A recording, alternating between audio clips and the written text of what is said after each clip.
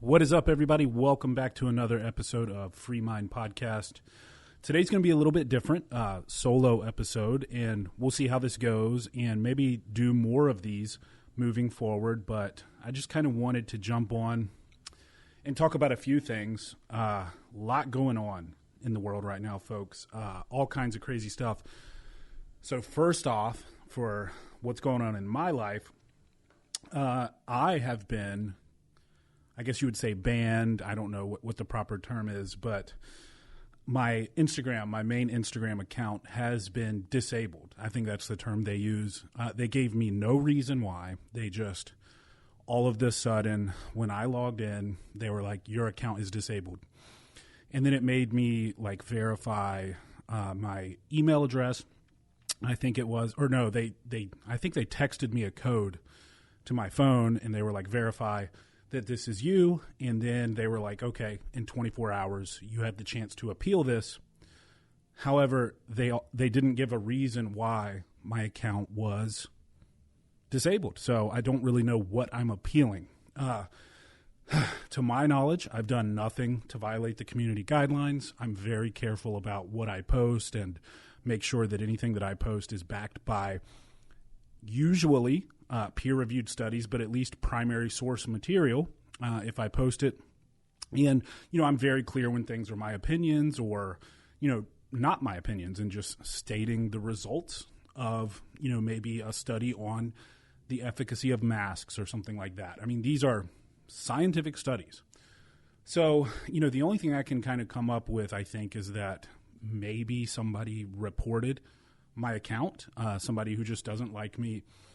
But that's kind of weird because then you have this scenario where someone can just report you and your account gets taken down. And I've taken a lot of time to build my Instagram account to a certain level. And so it was really kind of crazy to just see it taken down all of a sudden. And I know there are a lot of accounts out there that are definitely more divisive, more aggressive, and can kind of stir people up. That said, I mean, that's still their right, but it blows my mind that there's a lot of accounts that are still up and aren't disabled, and my account, which is basically just like, personal responsibility is good, work hard, think for yourself, have a free mind, stuff like that.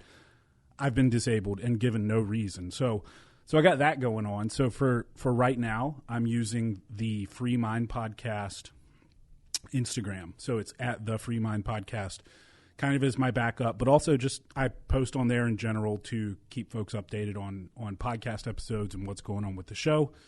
So yeah, and we'll see how things go. My main account is at I am Dave Hurt. So if you're listening to this at this time, maybe a month from now or something like that, check and see if they ended up keeping me down forever. I don't know. We'll see. But that just happened the day before yesterday. So who knows what's going to happen there. What else is going on in the world? Man, all kinds of stuff. So I guess the craziest thing today, and for those listening, it's November 4th, or I guess those watching and listening. It's November 4th is the day I'm recording this, and I just finished watching the Senate hearing with Dr. Fauci and Rand Paul that occurred today, and man, it was obviously heated. Those two are always heated, and there's a lot of venom and animosity there in general. But Rand Paul basically laid out the argument that, okay, the NIH has acknowledged that the research they funded at EcoHealth Alliance, or through EcoHealth Alliance at the Wuhan lab, and if I'm getting this wrong, fact check me in the comments, basically conferred a new level of pathogenicity to a virus that would not occur in nature, which by many definitions is gain-of-function research.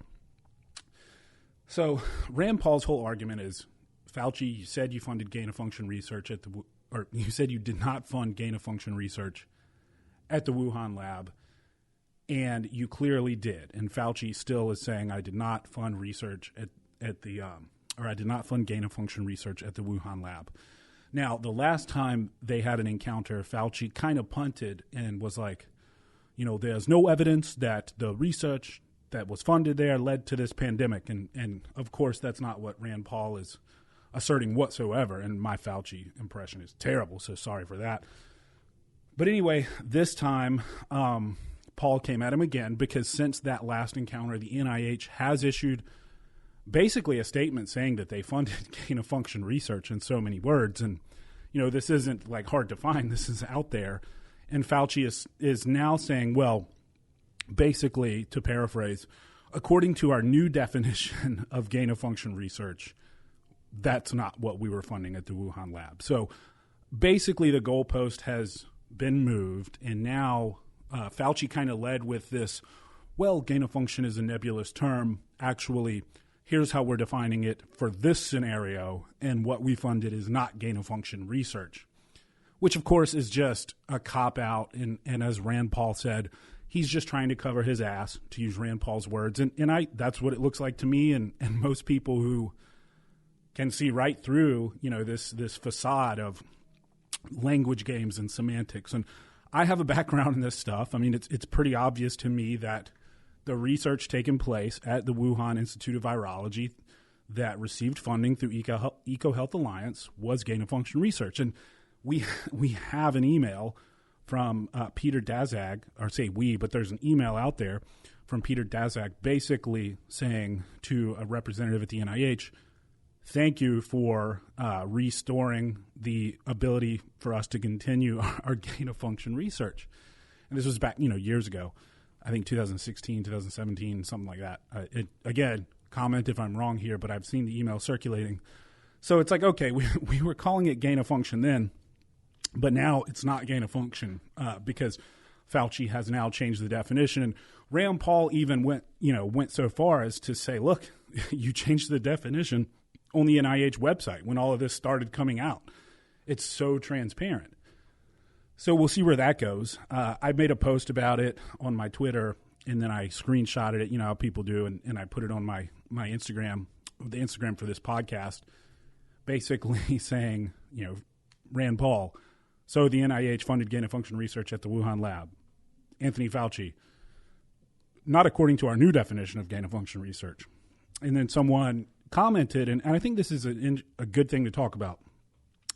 Someone commented, "Oh, Rand Paul is just talk. Why doesn't he just arrest Fauci already?"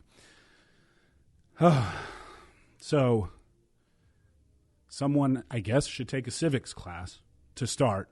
That's not how this works. I mean, Rand Paul is a senator from Kentucky. He can't just say, Anthony Fauci, you're under arrest. He has taken measures to have the DOJ look into Anthony Fauci, but ultimately that's going to come down to, I would guess, like the Attorney General, who, we all know is under a lot of heat right now for what he's done with issuing this memo basically saying that parents are domestic terrorists for protesting at their school board meetings and advising local law enforcement on what they should, what measures they should take against that type of behavior. And so he faced a lot of heat in hearings with Congress. So, I don't hold my breath that this guy is going to actually launch an investigation into Fauci, but that's the way our government works, unfortunately. You might be frustrated that Rand Paul is just, quote, grandstanding, but that, as a senator, that's all he can do. And it's a good thing he's doing that because it's affecting the way the American people look at this. It's not like he can go, again, Anthony Fauci, you're under arrest, come with me. He's got to go through the proper channels. He has to submit a request to the DOJ to launch an investigation into this, and that's what he has done. So anyway, to the person who commented that, I hope you understand that our senators can't just get someone arrested. There's a process for this, and there has to be an investigation. Rand Paul is taking those steps. He's one of the few actually speaking up about it. So that's what's going on with Rand Paul and Anthony Fauci. The ongoing saga continues, and we'll see what happens. But to me, as someone who has a background in the sciences and spent a lot of time working in labs, and I've published research papers, I've published a book chapter rather. Words are are important. I published a book chapter on functional genomics.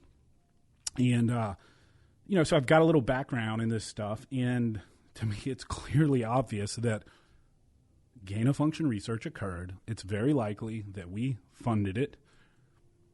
Even if you want to say through a circuitous manner by funding the EcoHealth Alliance and, et cetera, we funded gain-of-function research at the Wuhan Institute of Virology. And it's very likely that the Wuhan Institute of Virology is where SARS-CoV-2 originated and leaked from. And it's very clear to me that Anthony Fauci is basically playing language games to avoid being implicated in anything that might be linked to the origin of this pandemic. That's the way it seems to me based off of what I've seen. I'm interested in you guys' thoughts as well, so please feel free to comment. If you're watching on YouTube, comment below. If you're not, go to my Instagram or Twitter or whatever and comment, let me know, shoot me an email. But that is my thought. So the next thing I wanted to touch on really quick, that's kind of, I guess this might, these solo episodes might just turn into like commentary on what's happening in the world. But, I just had a thought. Maybe we can call these, since this is Free Mind Podcast, maybe we can call the ones that I do by myself free solo episodes. Play on words. Free solo is like climbing without a rope by yourself. Maybe I'll do that. Anyway, so Colin Kaepernick. All right. Apparently, and I haven't watched it, so I've only read news articles on this. So I do need to preface this with that. And apparently he has compared the NFL draft combine to slavery in a new Netflix series. And you know how it goes. I mean, you get commentary from all sides on an issue. You get commentary from the left. You get commentary from the right. And then usually, it kind of falls somewhere in between, right, as to what the truth is. Although a lot of times, full disclosure, full transparency, I tend to lean right on a lot of issues, especially these days with our current definitions of what right and left are. So anyway, Colin Kaepernick apparently likens the NFL to slavery. Man, where to start? If that's the case, then I guess if I can get what is Colin earned, like $43 million over the course of his career, I then sign me up for that slavery. Sign me up for that slavery where I make millions of dollars. And before I can do that, they have to, measure certain metrics to gauge my performance. I mean, I think this is just ludicrous. This is just attention seeking. The guy's trying to stay relevant. And this isn't like some big mystery to the world, but one of his major sponsors, Nike, essentially has slaves making their shoes in China. So if Colin Kaepernick cares about slavery, how about you don't affiliate yourself with an organization that essentially uses slaves to make their products? And hey, better yet, why don't you speak out against that? Could it have something to do with the very likely millions of dollars that you're getting from them? Probably so. So look, I don't take this guy seriously. Most thinking people don't. He's not some martyr putting himself out there fighting the injustices of racial divisiveness in the world. I mean, look, again, if he truly cared about humanitarian issues, about human rights, look, he works with a company that essentially uses child slave labor. Okay, as soon as you say that, I don't care what else this guy has to say. But if you're new to the world, Colin Kaepernick was raised by an all-white family.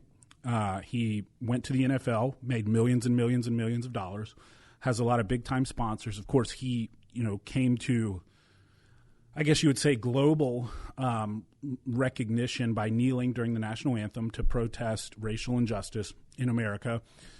Of course, again, while being sponsored by a company that has slaves in another country. I think a lot of this is, it's all these issues where you have these athletes speaking out against human rights violations almost every single one of them, it's like, I don't know if they don't do their research or if they just don't care, but take like LeBron James, for example, same deal. I mean, he is in bed with China in many ways, right? And China has actual concentration camps for Uyghur Muslims. If you care about human rights, how about you speak out against that stuff? Okay? Stop comparing an industry where you get paid millions and millions of dollars to slavery. Also, here's something to think about. If the NFL Combine is like a slave auction, Colin Kaepernick has tried really hard to get back into slavery. I mean, how many tryouts has the guy done? It seems like he's a little bitter because the, quote, slave masters don't want him to come back, okay? I don't know. That's just my thoughts. I think that it's pretty dang ridiculous. Like, look, if you want to talk about race in professional sports, then, you know, one conversation you can have, as uncomfortable as it may be, is how about quotas, right? Like, quotas are something that a lot of people on the left push for in corporate America. You know, like, black people are 13% of the population. They should represent 13% of your company. Okay. How about we say white people are X percent of the population? They should represent that percent of your NBA team. It's crazy, right? Yeah, it's crazy. It's crazy in all areas. Who's the best for the job should be in the job. That's why there are a ton of black people in professional sports, because they are the best athletes for what they're doing, as it should be. They should be in those positions. So, you know, let's just use meritocracy, and whoever the best person is for the job gets the job. And we stop comparing a multi-billion-dollar, basically, industry to slavery, where you make millions and millions of dollars and have the best doctors, the best athletic trainers, the best, you know, fanfare and all this that also gets you all these sponsors. And like I said, sign me up for that slavery. I'd be happy. I'd be happy to go through the NFL Combine to get tens of millions of dollars, and you can call me a slave all you want. So anyway, that's going on right now. We talked about gain of function and EcoHealth Alliance a little bit. You know, another thing that's been kind of in the headlines is, so way back when, apparently, when they started these research projects, and I probably should have mentioned this when I was talking about Fauci and Rand Paul, but Peter Daszak, who's like the head of EcoHealth Alliance, he essentially, it's come out, he was doing this gain of function research. All right, that's not of question, right? This is what he was doing. But he essentially got to write his own conditions for that research with the NIH. So basically, the NIH was like, hey, this is gain of function research. You're not supposed to be doing this. Because you guys remember Obama put the kibosh on gain of function research, as he should have, which, you know, we can have the discussion about how that's led us to where we are today. But Peter Daszak basically said back to the NIH, well, I tell you what, how about if these conditions are met, I halt research. So I think it was like 1 log viral growth. And to those of you in microbiology or immunology or virology, you know what that means. But anyway, it's a spike in growth of 1 log. And they said, okay. So he got to set his own conditions. He's like, basically, I'm going to do the gain of function research anyway.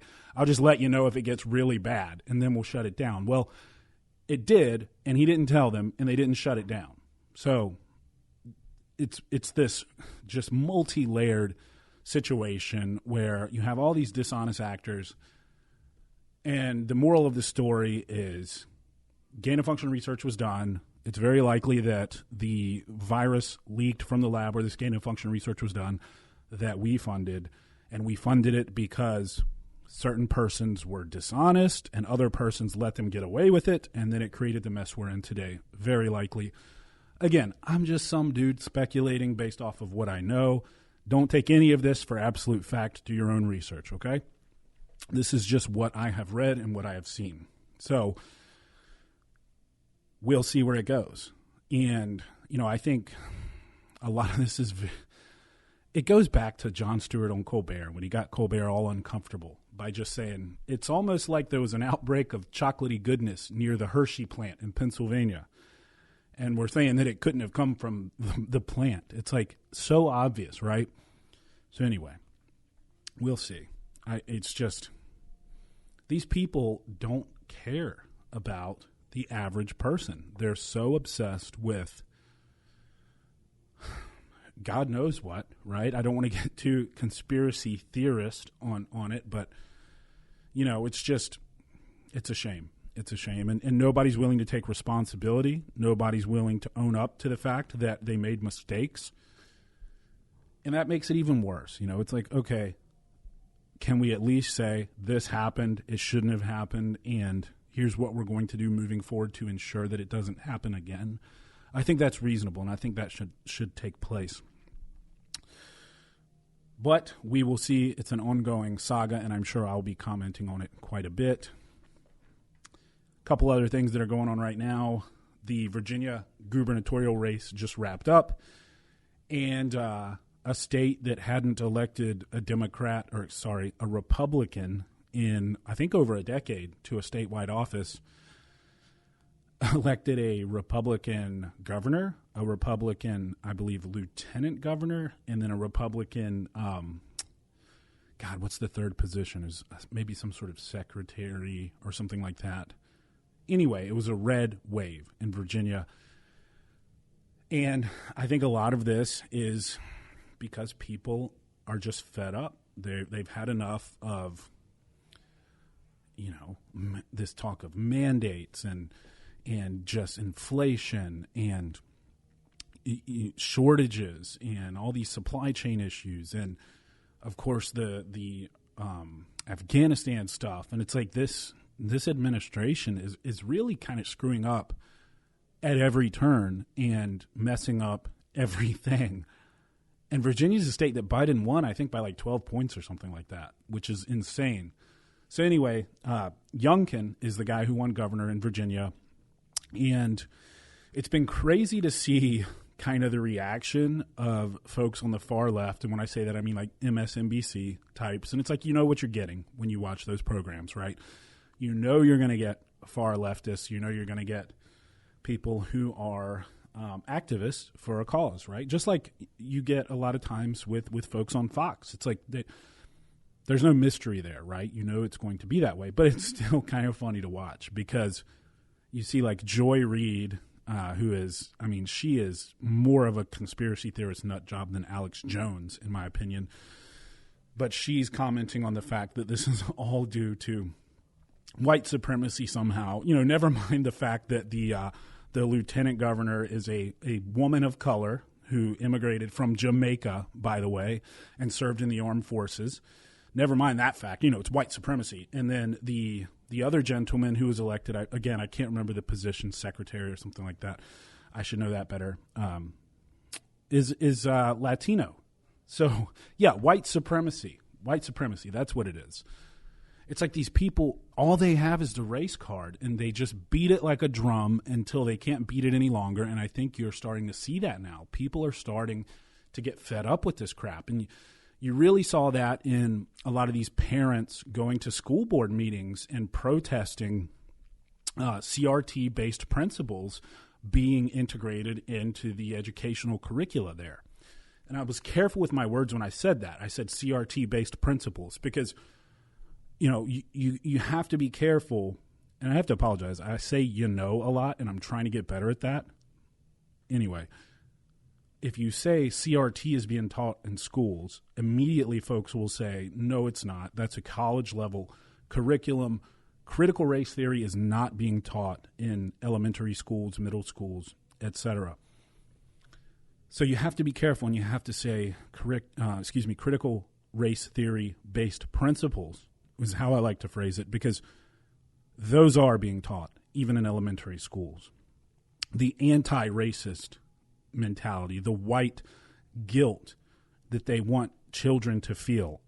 There are video clips of classrooms where this is being taught. It's written into curricula. You can't deny it. Although on MSNBC, they'll say actually say this. Critical race theory doesn't exist, which is a huge lie. It's a high-level curriculum in graduate schools and law schools.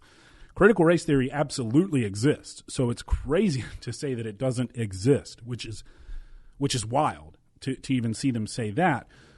But to back off a little bit from that, they're also saying it's not being taught in elementary schools, in lower level schools.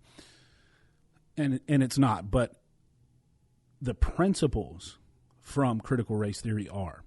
And a lot of this is because these individuals teaching your children learn these principles in their higher education, and it carries over into their curricula. So, I mean, there's tons of examples of white children coming home and essentially professing to their parents that, hey, I'm told that I'm a bad person, basically. Am I a bad person? And this all stems from these curricula. And, on the flip side, children of color, black children, whatever you want to say, are essentially getting the feeling that they're just naturally a victim or oppressed or lower on the totem pole or in the hierarchy or whatever you want to say than white kids. So it's a terrible thing to tell young children. And I'm not saying don't teach kids about racism in our history in this country. Nobody is saying that. And oftentimes the far left will conflate not wanting CRT-based principles in our curricula with not wanting to teach about the history of race relations in this country. And that's just that's false. That's completely false. I haven't spoken to anyone on the right who doesn't want that stuff taught in our schools. They, in fact, think it should be. So that's just a cop-out. And if they're saying that, they either don't understand what critical race theory is or they're being willfully ignorant in order to avoid talking about the topic. So this all came to a head in Virginia, and parents were protesting at school board meetings and voicing their opinions. And ultimately, this was kind of the death knell for McAuliffe, who was the Democrat candidate running for governor. He said that, and it blows my mind that a guy would say this, even if he thinks this, that a guy would publicly say this. This is how crazy things have gotten on the left, in my opinion. He said that parents shouldn't be able to have a say in what their children are taught at schools. And I'm not paraphrasing. Essentially, that's what he said to the word, verbatim. And of course, as soon as you say that, man, you've lost. And he did. He lost in a state that has been blue forever. It's funny because I've seen coverage of this where they talk about Virginia like it's a swing state. Virginia has been blue, was 12-point favoring Biden. So, yeah, it was incredible to see. So, Republican won the gubernatorial race in Virginia. And then, of course, the reaction, like I said, on the left has been, Trump, Trump, Trump, the insurrection, Trump, Trump, Trump, insurrection, insurrection, insurrection, white supremacy, racist. Meanwhile, if you look at the numbers, it doesn't tell that story at all. Of course, it never does. This gentleman got the Latino vote, got a large black vote. It's not borne out in the numbers at all. He has, again, his lieutenant governor is a black woman. Okay, so stop with the white supremacy race stuff. It's embarrassing. You should be embarrassed for using that as the reason these people won office, all right? Stop saying all Republicans are racist because America is losing faith in you. They've lost faith in you, all right? And when you say that stuff, it just reinforces their idea that you're already talking out of your butt because they know it's not true. So New Jersey was a very tight race. I think the Democrat Phil Murphy squeaked that one out. But New Jersey was a state that, again, Biden won by like 16 points. It was a very, very blue state. And they almost elected a Republican governor. it was neck and neck. Like I'm talking like 1,000 votes between them at points. And then, they traded the lead and back and forth. And this should have been by all accounts like an easy race for the Democrat candidate. But Phil Murphy also has been terrible just all around. I've made some posts about him and how hypocritical he's been and how tyrannical he's been. But anyway, I think it's a message that people are fed up. They've seen what however many months now, 10 months of this administration has been like, and they don't like it. Biden just fell asleep at this climate summit. There's video of him just dozing off, sitting up for like a few minutes, I think. He can barely put together a coherent sentence. His policies have been awful. People are feeling it in the economy. They're feeling it in really every metric that you use to measure the performance of the nation. He has like the lowest approval rating, I think, of any president at this point in their presidency. It's truly, truly wild to see. And I hope that people who voted for him really think about why they did it, and moving forward the next time you do, examine policy, what people are actually trying to do. I think that Biden got elected because he wasn't Trump in many people's eyes. It was they didn't even know what his policies were. Hell, he barely knew what his policies were. They didn't care. They just didn't want mean tweets. Well, again, going back to our theme of not choosing the best person for the job based on their capacity to do the job, but instead based on emotion, that's what it gets you. It gets you where we are right now. So I hope people think about that. I think they are. You just saw it in Virginia. You saw it in New Jersey. I think that, Long Island in New York City, elected a bunch of Republicans to their, city council or something like that. I'm not sure exactly what went down there. I just read an article about it. But you're just seeing this red wave, and I think it's because people are seeing through this just droning on about race relations and still talking about Trump. I mean, Trump is gone. He's on the sidelines. He's not in the game. And I think Biden, when he went to Virginia to talk about McAuliffe and to endorse McAuliffe, he mentioned Trump 26 times in 12 minutes or something. And I probably don't have those numbers exact, but it was crazy. He's still hung up on Trump, Trump, Trump, Trump, Trump. Well, guys, how about you talk about, instead of the previous administration, how about you talk about what you're doing and what you're going to do and what your ideas are? That's what people want to hear. They're still just going on and on and on about the insurrection on January 6th. It's like, guys, just stop, move forward. And Americans are reflecting that in their votes. That's my opinion anyway. So anyway, we'll see. This last thing is something that has been kind of a cultural phenomenon.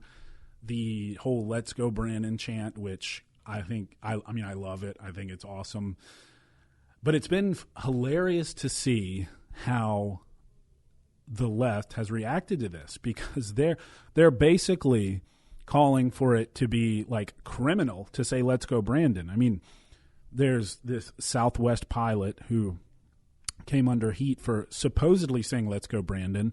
There's no recording of it. There's no video of it that I've seen. But supposedly he said "Let's Go Brandon," and people on the left are comparing him to an ISIS terrorist and just crazy, outlandish stuff. I'm old enough to remember back during the Trump administration when Madonna said she wanted to bomb the White House, and Kathy Griffin held up the bloody head of Trump, and Robert De Niro, rather. Gosh, Alec Baldwin's the guy who just shot someone. Robert De Niro, stood up at the Grammys or whatever and said, "Fuck Trump." And it's like, all of that happened and you were cool with it. There was a rap song, "Fuck Donald Trump." All that's fine. And then they go on and on and on. I mean, there's so many things every single day. But this hilarious "Let's Go Brandon" chant that is essentially a meme that stemmed from this funny situation where this reporter was essentially in denial that the crowd was chanting F Joe Biden. She kept saying that they were saying "Let's Go Brandon" at this NASCAR event.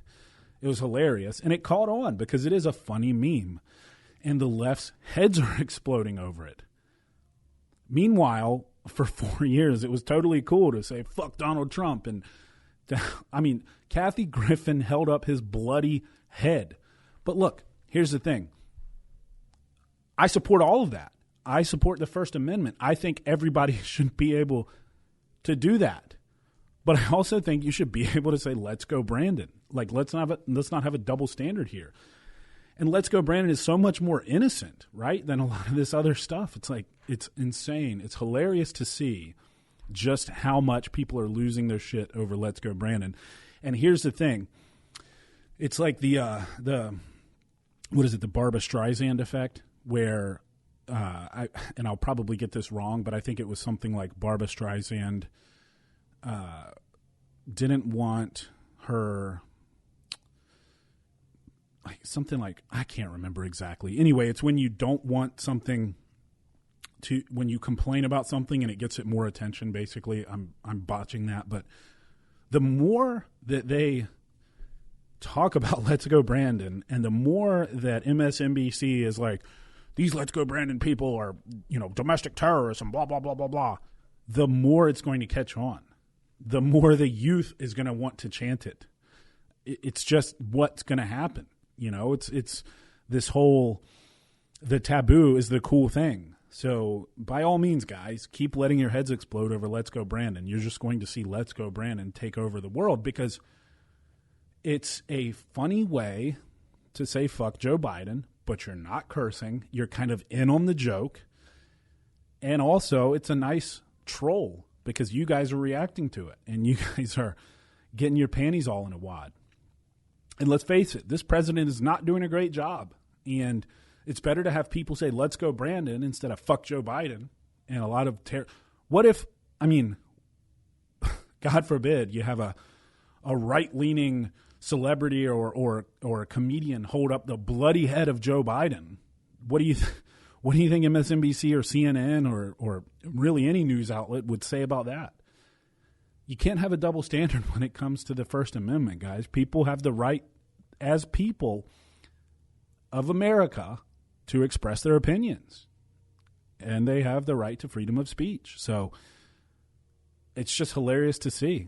And I have a "Let's Go Brandon" t-shirt just because I think it's hilarious. And I think it's a little more tasteful, to be quite honest, than a "fuck Joe Biden" t-shirt. So, you guys should be thankful that "Let's Go Brandon" took over, because you have to remember what was happening prior to that. Stadiums full of people, sporting events everywhere, were chanting "fuck Joe Biden." Now they're chanting "Let's Go Brandon." So at least they're not chanting obscenities, right? Anyway, just so sensitive, so fragile, double standards. It's a shame to see. I think that's all the stuff that's going on, guys. So if you like these solo episodes, let me know. I will probably do them more often because I always feel like there's plenty to comment on that's going on in the world. Let me know the kind of things you want to hear. The next episode that I'm going to drop with a guest, I've actually already recorded with Derek Josie. He is out on the West Coast. He's a farmer who's part of the Tillamook Co-op. He's a dairy farmer, and he just published a book. So we talked about his book, and we will drop that episode on Monday, this upcoming Monday. It's Thursday now, but let me just make sure I get the book title correct, because I got an advance copy and the title changed. So I just want to make sure that I get the correct title for you guys, because you should check this out. It's a great examination of the dairy industry. It's called An Industry Worth Fighting For. So Derek is a great guy. He's, like I said, he's part of the Tillamook Co-op, and he wrote this book on the dairy industry to talk a lot about some of the misconceptions, to address some of the things that he gets crap for from organizations like PETA, et cetera, and to really kind of give you a picture of what life looks like for a dairy farmer. Anyway, it's a great book. It's called An Industry Worth Fighting For by Derek Josie. Check it out on Amazon or where books are found. And we'll be dropping that episode on Monday. I might do another solo episode or two before then, so I'll probably mention the book again. I got an advanced copy of it. I read it before it was released. It was fantastic. I'll probably read it again now that it's out. And An Industry Worth Fighting For by Derek Josie. You can find me on Instagram at The Free Mind Podcast. You can check out at Just Work Co. for my coming merchandise. Going to have a couple shirt designs for you guys. That's also where I post more of my like nutrition coaching content and stuff like that. It's kind of my lifestyle brand, if you will, Just Work. It was the name of my coaching company when I was doing that full time. So at Just Work Co. And then if you're interested in my outdoor content, at Just Work Outdoors. This is all on Instagram. Follow me on Twitter at I am Dave Hurt. And I think that covers all of it, because at I am Dave Hurt on Instagram is currently disabled. So more to come on that. We'll see where that goes. All right, guys, I appreciate your time, and I hope you got some value out of this.